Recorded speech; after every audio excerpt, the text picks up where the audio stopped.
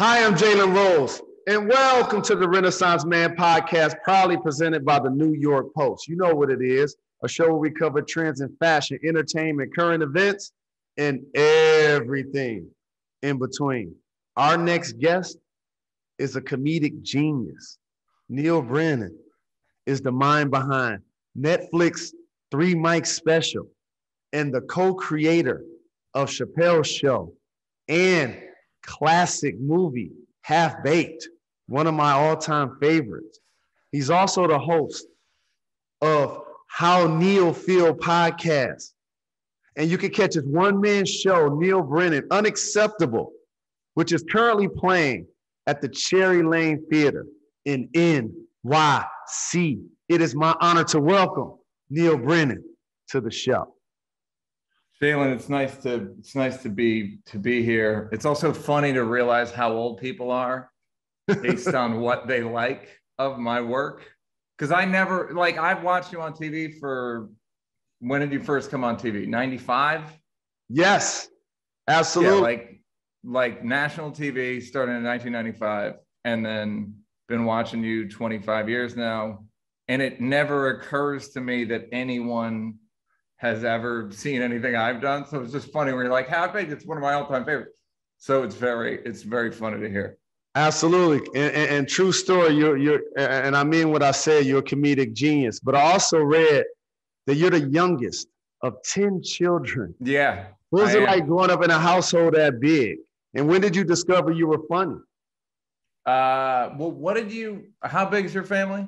I'm the youngest of 4, single parent. Yeah. So yeah, I mean, you just get used to it. I think 10 kids, it should be said, is too many. I'm like living proof. Like, it's too many. Like, if you're thinking about it, don't do it. It's a lot of. It's pretty chaotic. Like, especially like Irish Catholic. Mm-hmm. Like, I mean, my parents were born during the Great Depression. I do a joke in the show that my parents were born during the Great Depression, and they were nice enough to bring it with them. Like, it was a pretty tight environment. So it was. I guess I was, and then to the second question, let me say my brothers and sisters were all great to me, and they used to. One of my brothers was an usher at the Chicago Stadium, Wrigley Field, Comiskey. Mm-hmm. So I used to go to I used to go to Cubs games like all the time. I've probably been to 100 Cubs games. I used to go to Bulls games. This is how long ago I used to go to Bulls games, because I'm 48. Mm-hmm. We're the same age. So I went to a Bulls game, and it was so long ago that I saw a little white girl mistake Michael Jordan for Orlando Woolridge. Literally, it's like watching 1984.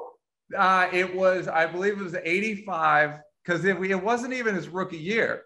But it's a funny thing, because I saw him get disappointed. Mm-hmm. And I like to think he took that personally, and he decided no little white girl was ever going to mistake him again. Orlando Woolridge, it must be said, incredibly ripped. Maybe the most ripped person I ever remember seeing. Like, oh, this guy's shredded. Shredded. Yeah. Did you ever play against him? No, but I actually am friends with his son, followed his career, and that guy's a brick. Yeah, I'm sure he still is. 0% body fat. Yeah, I'm sure he still is. What's his son like? Is he ripped? Yeah, his son is a professional. He works out, but he's not like his dad. Not many people are like his dad. Yeah, no, his dad was like, oh, I don't know what is happening there, but that guy is shredded. Perfect definition. Chicago Sky win the WNBA championship. Did you get a chance to check any of that out? I didn't. Returns home. Chance the Rapper was front row representing. You talked about your love for Chicago sports. I did not watch any of the game. I direct commercials sometimes, and I directed a NBA 2K commercial 3 months ago that Candace was in. Mm-hmm. And I told Candace, like, she's like a unbelievably good TV personality. Yes.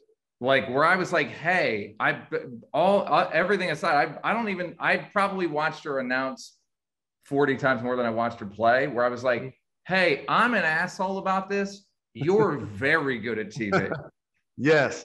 Totally so like agree. She's like really like she can stop now as far as I'm concerned playing basketball and just like she'll argue with Shaq like but it doesn't feel like I don't know. It's just like the energy's great. She's just a real, I don't know. It feels like everybody respects her. And there's none of that like for a girl. Correct. He's just like dope and like no further questions. Been that. And I remember as a member of the Bulls, when she won that championship in high school, they brought her team to the game. And I got a chance to meet her then and follow her through Tennessee. And I totally agree with you about everything you said about her. Was she always pretty poised? Yes. And by the way, not only extremely poised, but dominant. Like she's been dominant on every level, playing on the floor with a mega personality off of it. And it's great to see that now that the game has grown and the popularity and people are watching and they're more on TV and stuff, now people get a chance to actually appreciate it. I barely watched her play, but it's because her personality shines through. It seems like there's no separation between like in 3, 2, 1, and then her on screen. She's just like, no, I'm just like this. Probably as a Cubs fan, because you waited a long time to see them actually win the World Series. It helped you discover some comedy along the way. You know what I mean? How about just being a Cubs fan? The lovable losers, as people called them for years. Yeah, they were. Yeah, it was certainly like, I always say like when they go comedy should get Emmy, they should have a best picture for comedy in the Academy Awards. And I'm like, no one's going to get funnier from it.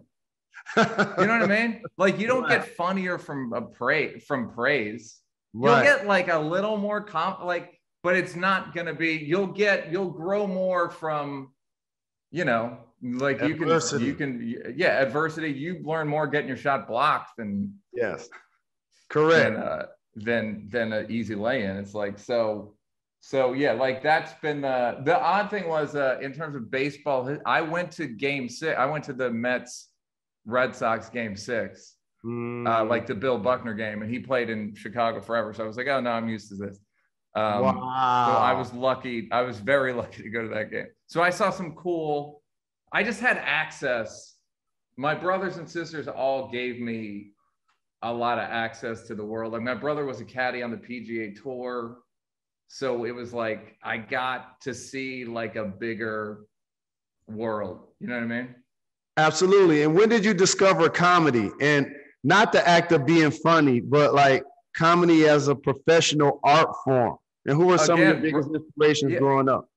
Brothers and sisters. My brother Kevin is a comedian. So when I was in high school, I lived in Philly. We moved to Philly when I was in 8th grade. So I moved to Philly, and then I used to come up to New York on the weekends, and my brother was just starting.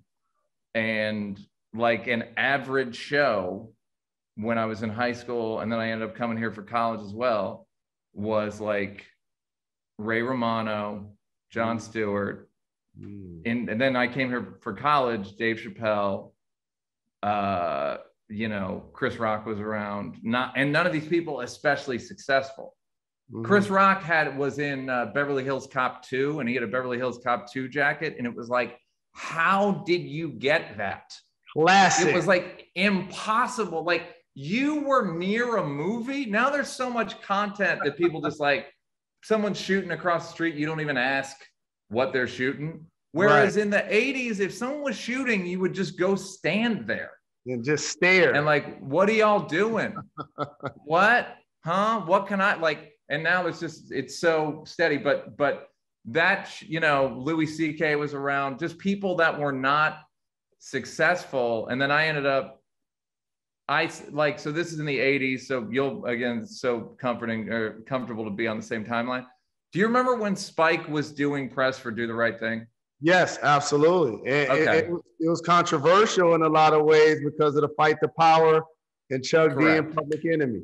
And the throwing the garbage can through the pizza place and all that. And he was going to incite riots. So he was doing press, and he said he went to NYU film school. And I was like, film school? Like what? So then I looked into it and applied and got in. And then literally because of Spike. And so got in and ended up moving up here and dropped out after a year of school. How many did you make it out? You went 2 years to school? I went to Michigan for 3 years, went to the draft, but I went back and got my diploma later. Oh, well, yeah, I didn't do all that. But then when I got up here and like the guys my age, Dave was my age, and I'd been funny. I was always pretty funny, like as a kid, but once I saw it as like a thing you could do professionally via my brother, then I was going to film school and then working at the comedy club at night. And then me and Dave hit it off, and we would kind of not even write together, more just talk a lot, and kindred spirits, and then that kind of snowballed into writing and etc. I have one more question about you before and then we'll get back to me. Love it. I know people don't want to talk about Dave Chappelle this week. Tell me about your learning academy and what your impetus was and how you decided, and what's it like day to day. I just have a lot of, like, whenever I hear about guys starting schools, I'm like, I like say no more. Like the minute LeBron opened his academy, I was like, I donated money. Like, yep, here we go. Awesome. And tell me about yours. So we're open enrollment, we're tuition free, we're public charter. It's in Detroit, my hometown, the neighborhood that I grew up in.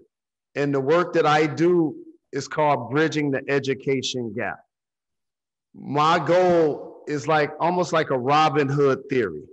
I'm trying to take the student, for example, like my kids who get a chance to go to private school K through 12, that's an investment. And if that's $35,000, $40,000 a year, that's like almost a $480,000 investment. When you live in the suburbs, you have the opportunity to go to a suburban public school, which is also funded half as much. So in like West Bloomfield, Michigan, that's like $15,000 per year per student. So that again puts you up around $200,000 per student. In Detroit, students get $8,000 per student. So that's $96,000. So I'm trying to take the student that grows up in the inner city that only gets $96,000 from the state invested in their education and put them in position to compete in life for jobs, for careers, for opportunities in college with these students who got more funding for their education. The second thing is people in society give up, in particular on Black kids, when they start to get older. So more support goes towards elementary and middle school young people. The underserved group starts at 9th grade. And what I did is not only do I influence 400 current high school students, it's a 9 through 16 model. I stay with them after high school via secondary education, whether that's trade, military, community college, or four-year college. So I now have students that I met in 2011 that I still influence 10 years later. And that's the unique work that I do. We get zero state funding for our facility. And basically everything that has to happen needs to be written or raised by myself or the board, or it does not happen. We're independent. When I opened the school, we had 0 sponsors. When you look back at any picture of me starting the school, it wasn't something that was being done. There were a few other athletes. David Robinson has a private or magnet school in San Antonio. George Gervin does a lot with education as well. I know Andre Agassi has something in Nevada, and I believe Pitbull has something in Florida. So those were like a few of the people I saw doing it then. And I was inspired to take my journey. And 10 years later, we're the #1 school in the city of Detroit for college matriculation. It's incredible, man. And you got to be, if you said you're more proud of that than basketball, I would absolutely believe it. Definitely. I'm not saying you should be. I'm just saying you could be. Yes, sir, I am. And because right now I have 1,000 students that I influence, 1,000 scholars, the 400 that are in high school and the 600 plus alums. Because think about it, in the United States of America, you graduate from high school, you throw your hat in the air, but the job ain't over. You can't even get a job at McDonald's with a high school diploma. That's just the hand that we're being dealt. So that secondary education is key. So we inspire them to take a trade, play a sport, have an extracurricular activity, all while they're in high school to try to create well-rounded young people. And I don't think people understand about where any public school gets funding, which is local property taxes. Correct. And it's it's hard to pick what the most racist thing in America is, but that's got to be one of the nominees where it's like, correct. Well, why don't you just split it up? Why don't you just have one pile and 1,000 schools get 1,000th of the pile? And it's like, no. Well, and you know why they don't want that is because since in the suburbs we pay more in taxes. So since we pay more in taxes, our schools should be funded, and we should have better policing and fire and support. Yeah, that's racism. Exactly. Yeah, it's not human. Or it's just not. It's not like. It's just absolute. It's one of those things like this is absolutely wrong. Yes, it is. Absolute. No one can dispute it. No one can act like it's not happening. It's flagrant right in front of all of our faces. Yes. And it's like could be undone with a stroke of a pen. Yes. Any day. Today. Yeah. It is a daily choice. Anyhow, back to me, Jalen. Enough with your education stuff. No, but I'm glad that you asked. And anytime you're in Detroit, in or around Detroit, I would love to give you a tour of the school. As you see, I'm passionate about it, and I appreciate your interest. And it's kind of the only thing that you could probably point to 100 people at least whose lives would be absolutely worse: drugs, unemployment, jail, death,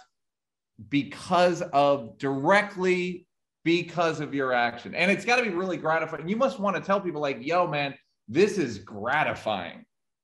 Yes. And it's one of those things like, since I'm the founder of the school, I'm the president of the board, like I'm immersed in the school. So it's almost like when I'm not there, I have to remind myself that I need to continue to promote the school, advertise for the school, fundraise for the school. The University of Michigan been in existence since the 1800s. They're still fundraising. So like right now, I'm trying to raise $7 million for us to get a facility. Like I took over a middle school and converted it into a high school. So we have the all-purpose space. You know about these, the Cathanasium, where the tables come out of the walls and that thing. But after 10 years, I now have gone back to donors like Tom Gores of the Detroit Pistons and Stephen Ross of the Miami Dolphins to try to get them to now help me raise $7 million so I can expand, get a gym, get 2 more classrooms, and really give a state-of-the-art facility to the northwest side of Detroit. And do you ever talk about how much it cost you up front? Yes. And during the pandemic, that cost went up. Initially, this same job was going to be around $6 million, but the cost of labor and to get things done right now, just that inflation alone takes the project almost $7.5 to $8 million. But you must have given upfront, you must have given millions of dollars, right? So let me tell you how this works. You have to do something called get your charter authorized. Mm-hmm. So that's a year. I was doing that a year and a half before the world even knew I was having the potential of opening a school. And you're exactly right. Throughout that process of trying to get authorized for Central Michigan, trying to hire a staff, trying to purchase a facility, trying to renovate a facility, I could get an email and get my charter denied and lose everything that I invested. And also, you must have thought, I'm rich. How does anyone else do this? Yes, absolutely. I'm like, this is like a multi-million-dollar undertaking. Yeah. Because you're influencing 1,000 young people at one time. I have 1,000 scholars that I'm influencing at one time right now. And so, yes, you're right. There was a chance that all of the time, energy, and money I invested could have gone down the drain before the school ever opened. Right. And you probably had to, it's like running for Congress or something, right? Where you're like, I can afford to fly this to wherever to meet with this person, but how would just a good-natured person do it? Correct. Absolutely. And by the way, and as I pivoted back to you, like I could have bombed. And that's what I wanted to ask you about, right? To me, the toughest thing to do is to make a room full of people laugh that you've never met. Like, it's the hardest thing in the world. Arguably, it's one of the hardest things in the world to do. Right? I'm so enamored by that. Like, so what is that like? And what is it like for you when you realize you're in front of an audience that your jokes just don't hit? It's like, okay, so I'll put it in your parlance. It's an away game. Okay. Gotcha. So you're like, nice. It's a little tight. Yep. And the basket is going like this. Yep. Because you don't know. It's like you don't know. You kind of go, well, funny's funny, but you also don't know, like, specifically if you're going to offend somebody or you get better at guessing and you get better at being able to save yourself if it doesn't work. But dude, I bomb. Dude, this show I'm doing now, this is like very funny. I was almost dating a woman. I was thinking about dating this woman. We were kind of circling dating. She came to the show a month, I don't know, 2 months ago. I bombed, haven't heard from her. No, stop it right now. Stop it right. Swear to God. Like, I spoke to, like, I knew literally, I can tell. I did a show Saturday night and I came out 7 a.m. Ladies and gentlemen, please welcome Neal Brennan.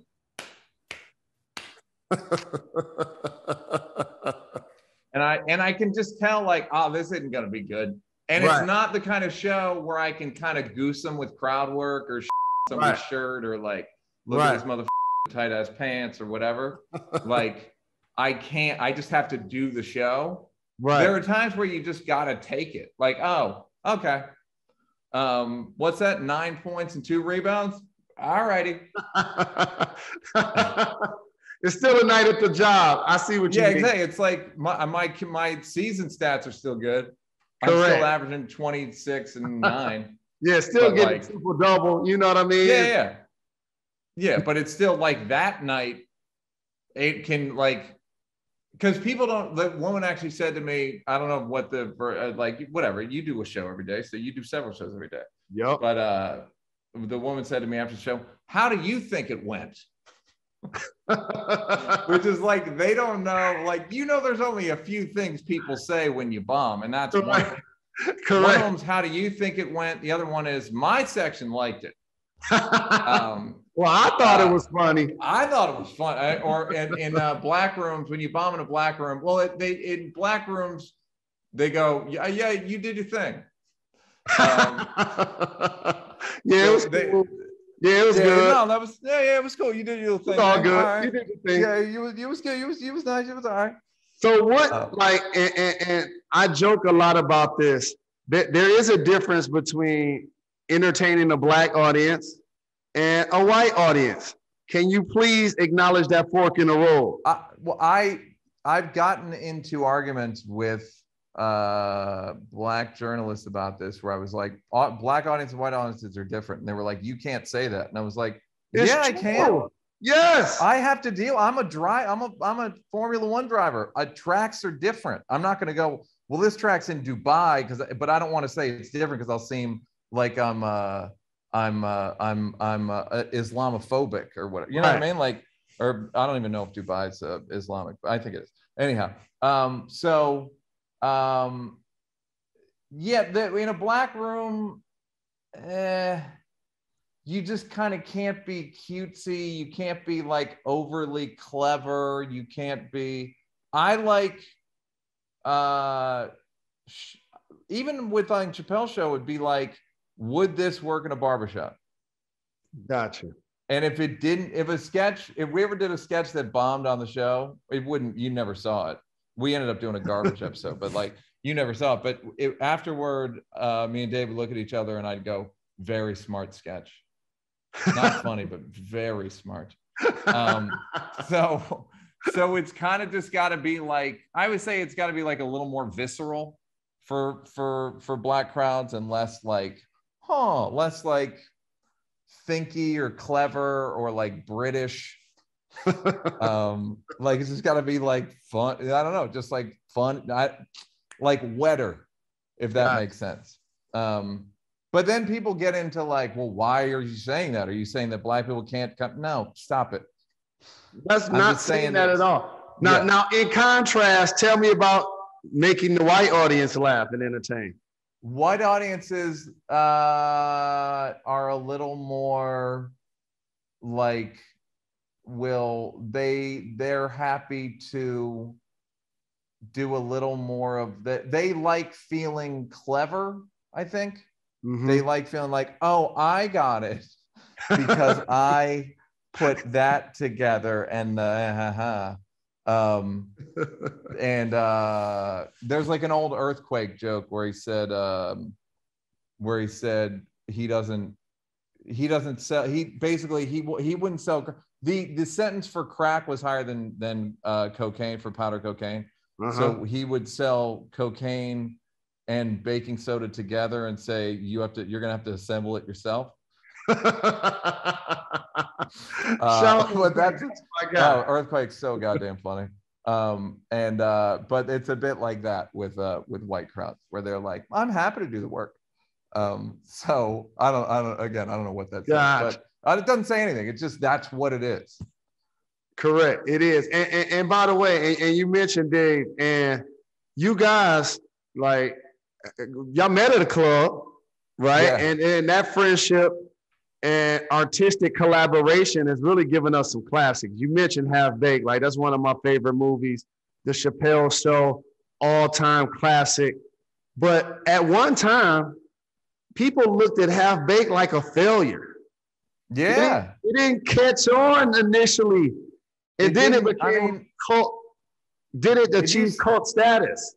Did you see the Mark Twain Prize for Dave, where I did a speech and a bunch of people gave a speech, but I forgot what we opened against.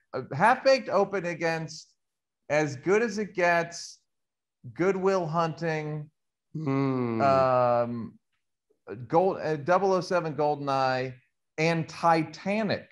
Oh wow! Oh yeah, like Titanic, like all those three. Like, music industry, yeah. Wow. Yeah, like you got your work cut out for you, but like Titanic. Wow, yeah, you can't drop on the same day as Kanye and Drake and Nas and Jay-Z. Yeah. Yeah. Although I've heard stories of Lionel Richie putting his albums out 3 weeks after Michael Jackson because he knew people were going to the store anyway. That's a bet move. That move. That's why he owns a block allegedly in Beverly Hills.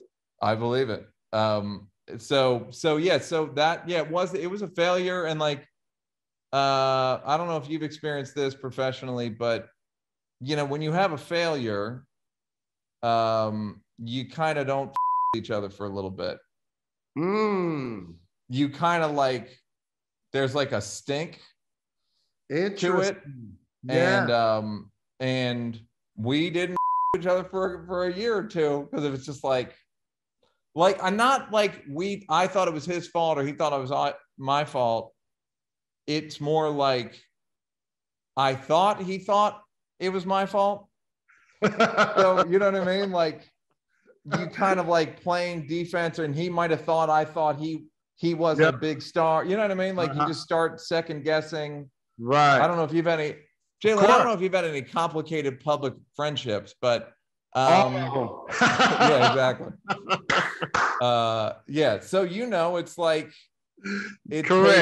you're like, you know, your most famous one, I'm sure it was a lot of, you think he's mad at you and he thinks you think he ain't and you think he's not, just all this like cascade of, there's an old saying, which is, I'm not who I think I am. I'm not who you think I am.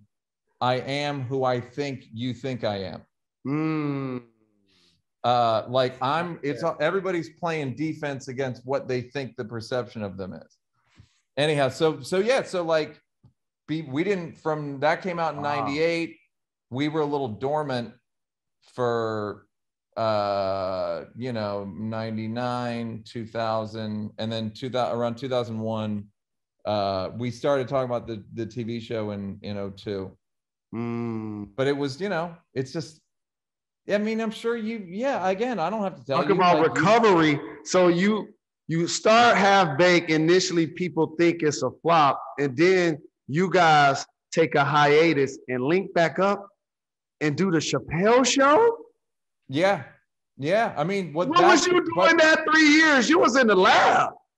I was actually writing. I wrote a couple movies that didn't get made with a buddy of mine named Mike Schur, who went on to create Brooklyn Nine-Nine, Parks and Rec, The Good Place. Like he's crushing, and is a huge sports fan.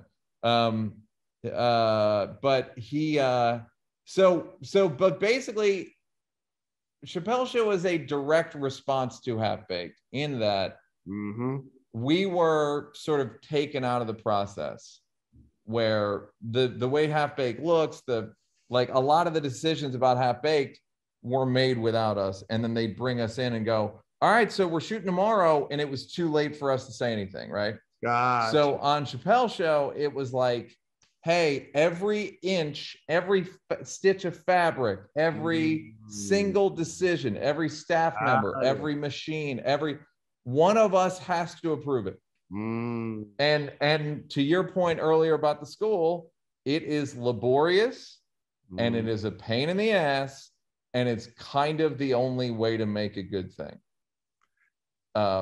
Jerry Seinfeld is a billionaire, and the reason his show Comedians in Cars Getting Coffee is good is because a billionaire watches every frame of every shot. You have to do it that way.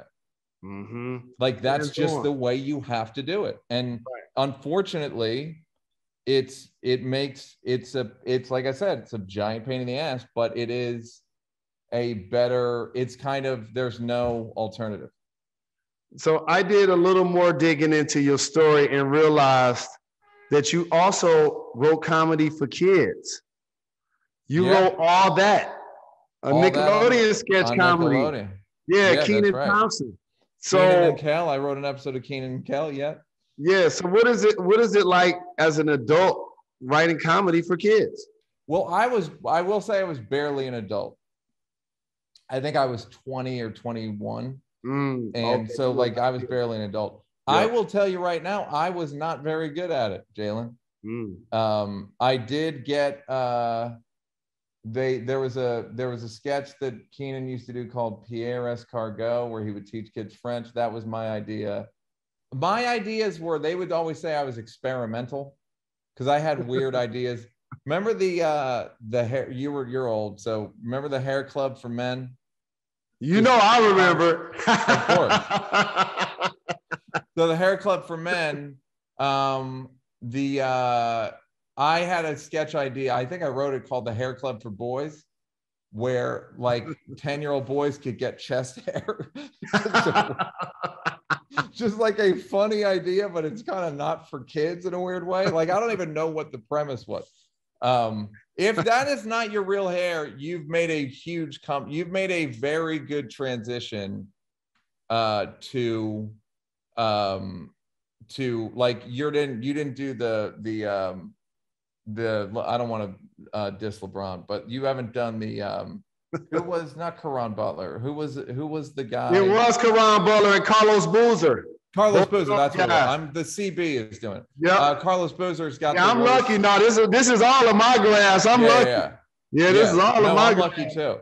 Yeah, I got lucky with that one. I wore it bald for so long, and then wore it short for so long. I think that preserved me now being my age, actually able to wear my hair. I know. I have all these theories myself, but it's just genetics, man. I'm like, I'm like, well, I used to yank on my hair. Does that help? No. Doesn't make a difference. Just genes. So I was never very good at it, but it was helpful. All that was good for me in that I was the youngest kid there. It was kind of my first job. And I experienced the thing that I'm sure you have as an adult when you have a little bit of imposter syndrome, where I would think of an idea, wouldn't pitch it, wouldn't say anything. And then 10 minutes later, somebody else would pitch it. And it would get bought, and I'd be like, see, like, dude, you have to pitch your thing. Like, you had the same idea, right? But you were just like, I would talk myself out of it. So that was instructive for kind of the rest of my career in life, where it's like, I don't know, here's an idea. And then sometimes it bombs and girls don't want to date you, but other times, Jalen, that's her loss. That's her loss. You know what? Don't need you. Don't need you. Don't need you. Still on Broadway. Keep getting them right. I want to ask you about music, because it seems to always become a thread in a lot of your work, whether it's even with Chappelle's show, the Prince and Rick James. Does music currently have a huge influence on what you're currently writing? And if so, what are you currently listening to? I'm going through a very odd spiritual period of my life, which I talked a lot about on the Breakfast Club. There's a plant medicine called ayahuasca. Will Smith told me about it, et cetera, et cetera. Won't say, like, I don't want to, I literally can talk about it for 10 hours. But there's a plant medicine that called ayahuasca that, to me, it literally put me in touch with God. Wow. Anyhow, and Will said it's the most only spiritually free experience he's ever had, or the most freedom he's ever experienced was on this medicine, right? So I've been listening to a playlist on YouTube Music called The Outer Limits that is all very odd and very sort of experimental, and it will make you feel like you're tripping a little bit. But I say this most as a do promo for ayahuasca. But you know, I listen to I listen to you know who I like, the Baby, man. I'm sorry what happened to the Baby. He's dope. Yeah. Like I worked with him a couple days before it, and I liked him as a dude. So I hope he can figure out a way to figure it out, to get back. I asked 50 Cent when he came on the show if he could pick any rapper and convert them into a full-time actor. That's who he said, the Baby. That was his answer. I would go a step further. I think he could be he could do a lot of stuff, that guy. And I told him that. I was like, dude, I can tell, like, you know how some people just got it? Yes. Like, okay, you're sharp. He was just a sharp dude. Yes, indeed. Anyhow, a shame Yes, about indeed. homophobia. But yeah, like you know, I have no surprises, like nothing where you'd be like, oh shit, you like I like, generally speaking, popular music, melodies, beats, et cetera, et Get in cetera. a creative space, no doubt about it. I totally get Like, it. yeah, and I'm very grateful for the amount of hip hop we had on the show, on Chappelle's show, and the fact that it was Kanye's first time on TV, and like that thing where he said like my life is dope and I do dope shit, like was in I was sitting right next, like, you know what I mean, like, so I'm I love Kanye. I'm like very to me he's the most that made the biggest all-in contribution to hip hop, like the decathlon. He's ironically enough, he's Bruce Jenner. Well said. Like, great analogy. And you know, I follow it. I know exactly where you're coming from with that. All sides. An elite producer that became a dope artist. And his pen is it's crazy. Impossible. His beat selection is crazy. Yep. And also like advancement of sound. Correct. Does it sound just like the same all of the time? It never sounds the same twice. The first album just sounds like kind of Pete Rock, you know, like Pete Rock or Primo, more Pete Rock than Primo because of those sped up soul samples. Like, and then like the College Dropout, and he gets John Bryan to co-produce, like a kind of weird white dude, and then Yeezus sounds like crazy industrial, and 808s and Heartbreaks like kind of paved the way for Frank Ocean and them. So it's like, and then by the way, one of the dopest sneakers ever. Yes. So when people like try to diss Kanye, I'm like, what are you talking about? Like, you don't know what you're talking about. All fact. And said that George Bush doesn't care about black people. Again, you're in the Hall of Fame, right? That day, it's like, take him to Cooperstown. Or whichever Hall of Fame you want to take him to. Like, you're in the Hall of Fame. And then he undoes it with the Trump stuff. I don't care. Slavery is a choice. Your uncle has said dumber shit than that. Correct. Did he make Yeezus? Then I don't, it doesn't, it's that these are basically no harm, no foul. It's like, also, he's mentally ill, everybody. He told you he was. He told us. So you're dealing with a mentally ill. For sure, yes. Yes, nobody said I'm bipolar. It's on the cover of his album. He is bipolar. Yes. He's a mentally ill person, and when you're a mentally ill person with money, it's very hard to no one can get you to stop. There's nothing unless you're a danger to yourself or others. They can't, you know, if you have $1 billion in private jet and you're bipolar, you can do a lot of dumb shit. So in that regard, I like my heart goes out to him, like, legitimately. I think people lose patience with him and then forget about the mental illness thing. But it's like, no, this is a mentally ill person. Yes, it is. And that's totally agree. And lastly, I want to make sure I acknowledge this for the audience, because I'm even going to try to get out there and check you out. You're now starring in a new one-man show, Neal Brennan, Unacceptable. It has been extended. That means it's really popular.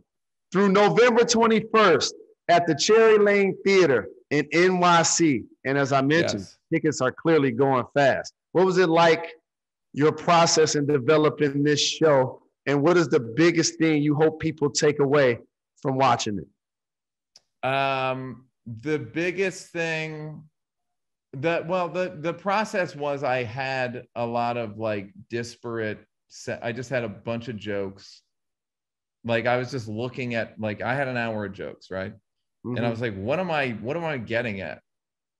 And what I was getting at was that I have a lot of outlying opinions or lifestyle choices, and it makes me feel like unacceptable. And I'm kind of like, yeah, but maybe I'm not. You know what I mean? Like maybe, like, so I'm not married, I don't have kids, and I'm 48. That's not, that's I have a lot of things that are like lonely positions. I don't eat meat. I don't really drink. I don't really smoke weed. I'm like getting less ambitious as I get old. Like I'm not trying to I'm trying to grind and get this money, and like I got to get the bag, and I'm just like getting less and less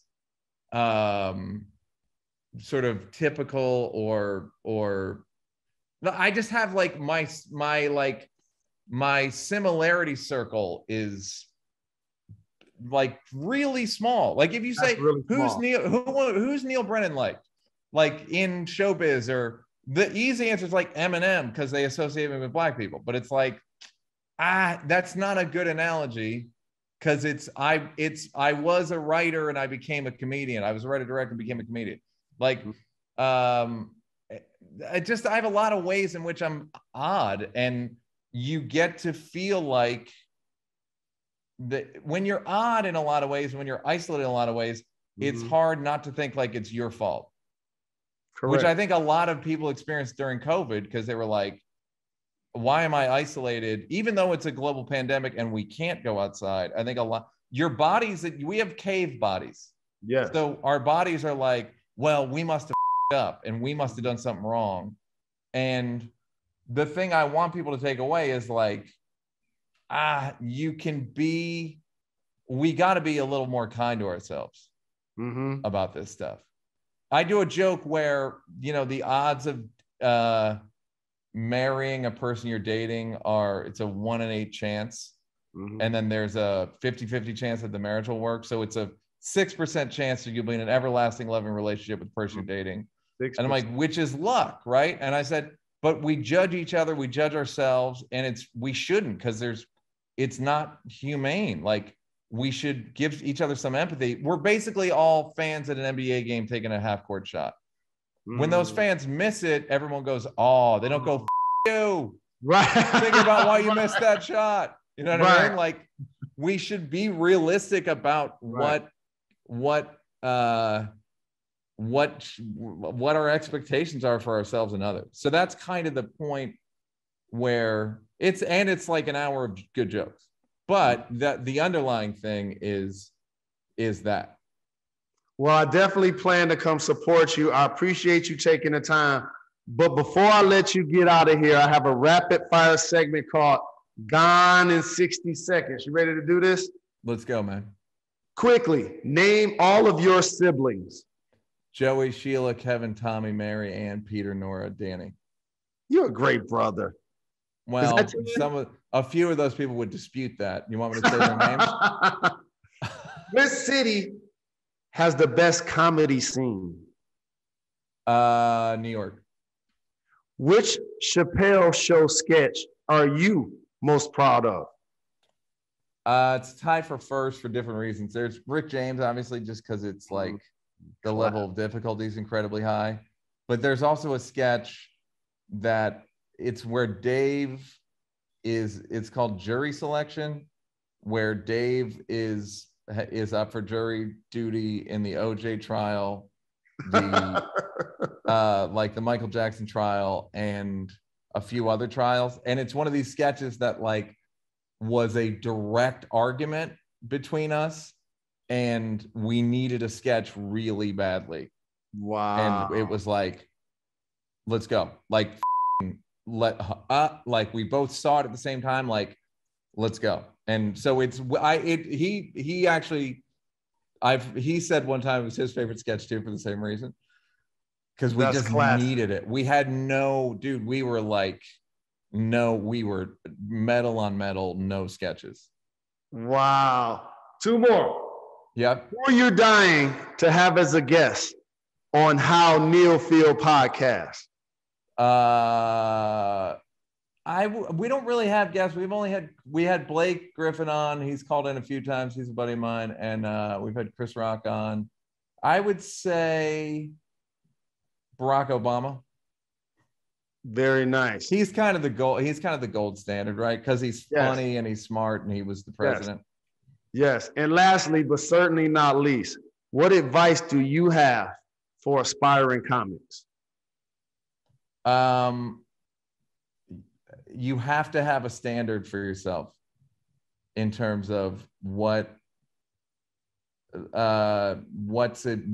good and what isn't. It's not what works and what doesn't. Correct. There's like, it's like you could talk with your ass cheeks. That'll work. Mm-hmm. It's just the level of difficulty is too low. So I would say you got to have a standard. And the other thing is all of the Comedy Hall of Fame, the top 10, top 20, top 30, they all wrote their asses off. So you have to write. You got to write jokes, or else you're not doing anything. Well, you heard it from Neal Brennan. Write. There's no substitute for that pen. I appreciate you taking the time. I look forward to coming and support you as well at Cherry Lane Theaters in New York City. Thanks, Jay. Appreciate the love. You too, bro.